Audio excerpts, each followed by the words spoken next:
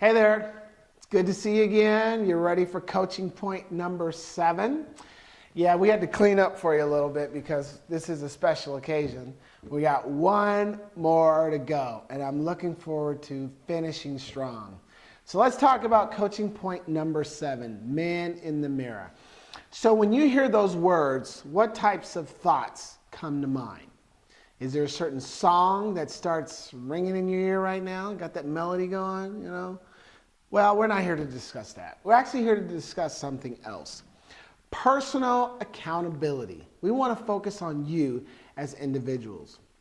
And as you know, we've done our best to keep these coaching points as universal as possible to help you get to the next level.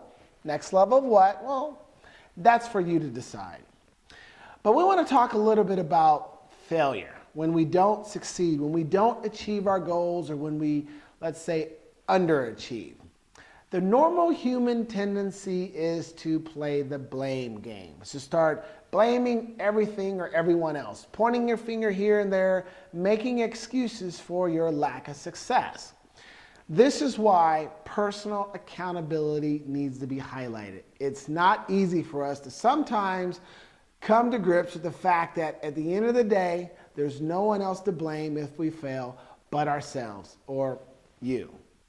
This is why I love the concept of the man in the mirror, because what matters most is when you look in the mirror at the end of the day and how you feel about who's looking at you, all right?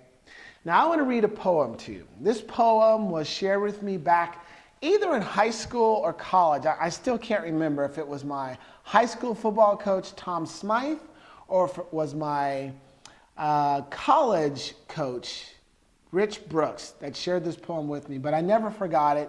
I actually went on the internet and I was able to find it. It's titled The Man in the Mirror. Now, of course, it's titled Man in the Mirror. For those who are watching this, it could be the grandma in the mirror, the woman in the mirror, the kid in the mirror, but for the sake of this point, let's stick with the man in the mirror. All right. It was actually produced by Dale Winbrow, or a convict actually might have put this together too. That's a whole nother story. Do the research. Okay, so listen up. The man in the mirror.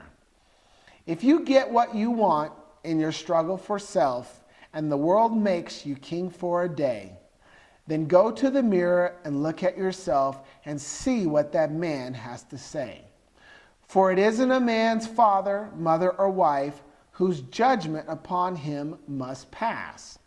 The fellow whose verdict counts most in his life is the man staring back from the glass. He's the fellow to please, never mind the rest, for he's with you clear up to the end. And you've passed your most dangerous, difficult test if the man in the glass is your friend. You can fool the whole world down the pathway of years and get pats on the back as you pass. But your final reward will be heartache and tears if you cheated the man in the glass. I love that poem, and it can be interpreted in multiple ways. But the way I see it is, at the end of the day, once again, what matters most is the person that you're looking at, the man in the mirror, and how you feel about them in terms of how they performed on that given day. Now, these are opportunities for you to take a self or a personal examination or a personal evaluation of oneself in terms of how things went for you on that given day. Now, you could ask such questions as you're looking at yourself. Would I feel good about the qualities that I demonstrated today? Were they positive? Were they kind? Did I show the quality of integrity, honesty? Were I morally sound? Am I someone that, individuals want to hang out with, would feel comfortable with? Would I hire myself? Did I put an honest days of work in today? Or most importantly, would I feel proud with that individual? These are great questions because you're going to find one thing or another.